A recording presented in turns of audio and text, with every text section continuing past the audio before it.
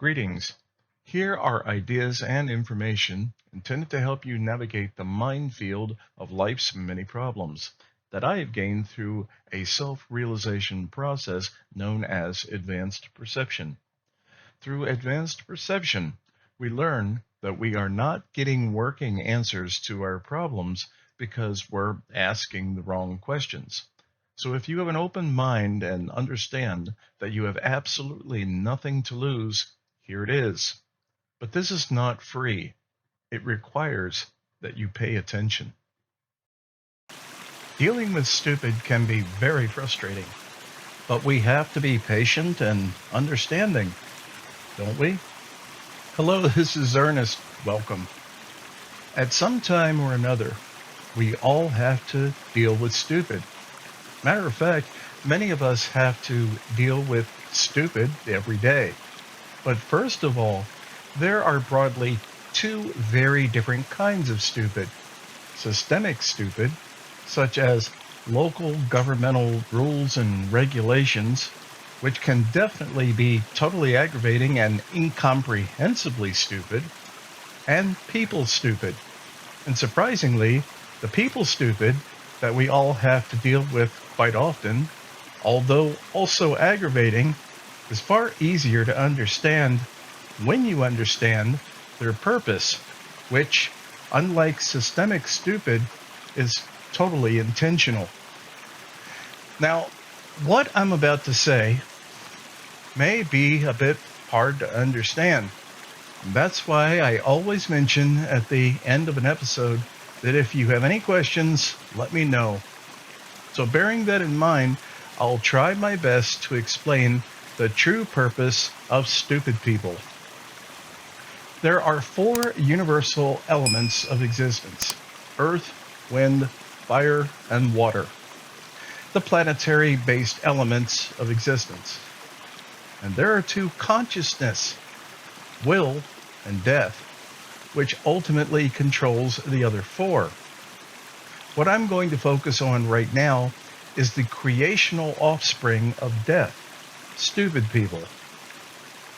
When we are created, and this is not intended in any earthly religious sense, it is a matter of achieving balance, because all of existence, you, I, and everything within the sphere of our earthbound consciousness concerns balance, even when it appears to be completely irrational.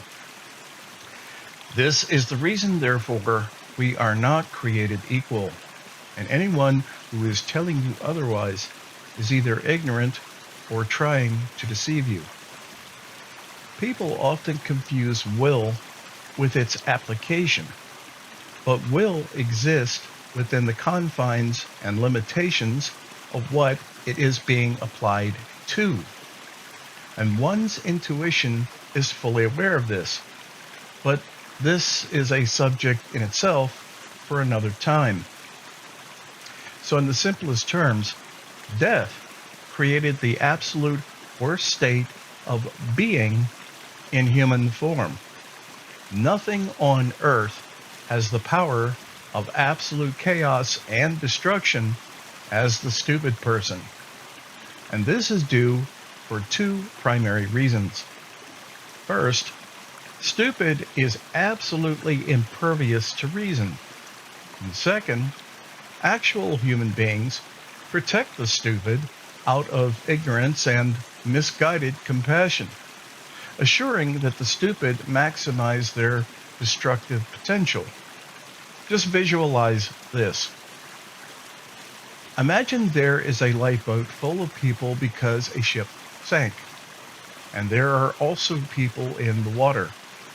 Now, the people in the water are not in the water because there weren't enough lifeboats. There were. But these people chose not to get in the lifeboats, despite being repeatedly told to do so, because they felt they had more important things going on.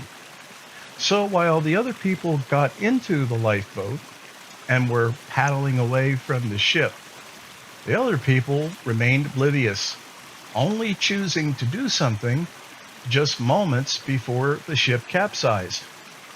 These are the stupid people. So now the stupid people are swimming towards the other people in their boat and crying out for help. And because the people in the boat have compassion, they keep pulling the stupid people out of the water into the boat. That is until a small wave hits the boat that normally would have been able to handle the wave, but because it's far too overloaded with people, it also capsizes, and eventually everyone drowns. That is what stupid people do. They disrupt and or destroy everything around them, including themselves. So assuming you are not stupid, and I don't think you are, I believe it should be very clear at this point what it is exactly you need to do to protect yourself from stupid people. Stay away from them. Don't socialize with them. And this is even far more important concerning family, because this is where the stupid person usually tends to cause the most harm. I know a woman who has a stupid daughter who is now 32. The woman is divorced from her husband because he could no longer deal with the constant dysfunctional crazy of that daughter. We're talking about multiple arrests, multiple DUI, and constantly doing stupid things since she was around 13 years old.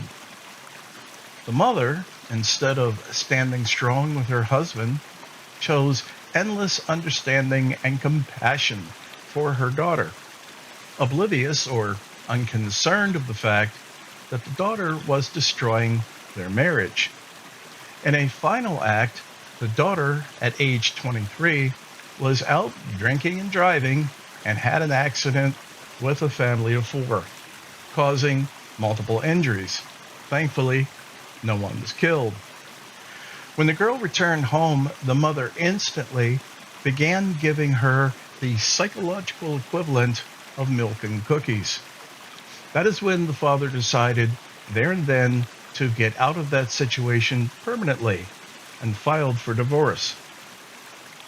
Before I give you my last bit of advice concerning this, I am fully aware of just how painful following this advice may be. But if you take into consideration not only your well-being, but the well-being of other family members, the choice to disassociate, however painful, is by far still the best choice.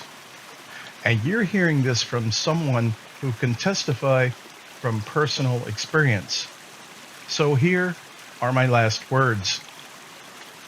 What you must always remember about a stupid person, besides avoiding them at all cost, is that they do not learn, and you cannot rehabilitate them, because actually they are simply following what they are intended to do: produce chaos, even at their own expense.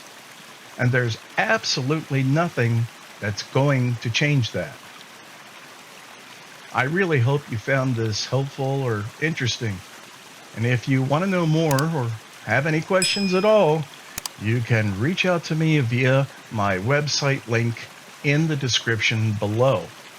And if you really want to give me a compliment, telling a friend about the show would be the best compliment you could ever give me. I just wanted to take a moment to introduce the Earnest Mann Show tote bag, which the crappy pictures from my crappy camera don't do justice. But you can check it out on my website via the link in the description. It's a large quality bag going for a very reasonable donation. Thank you. Until next time, this is Ernest, and I usually always am.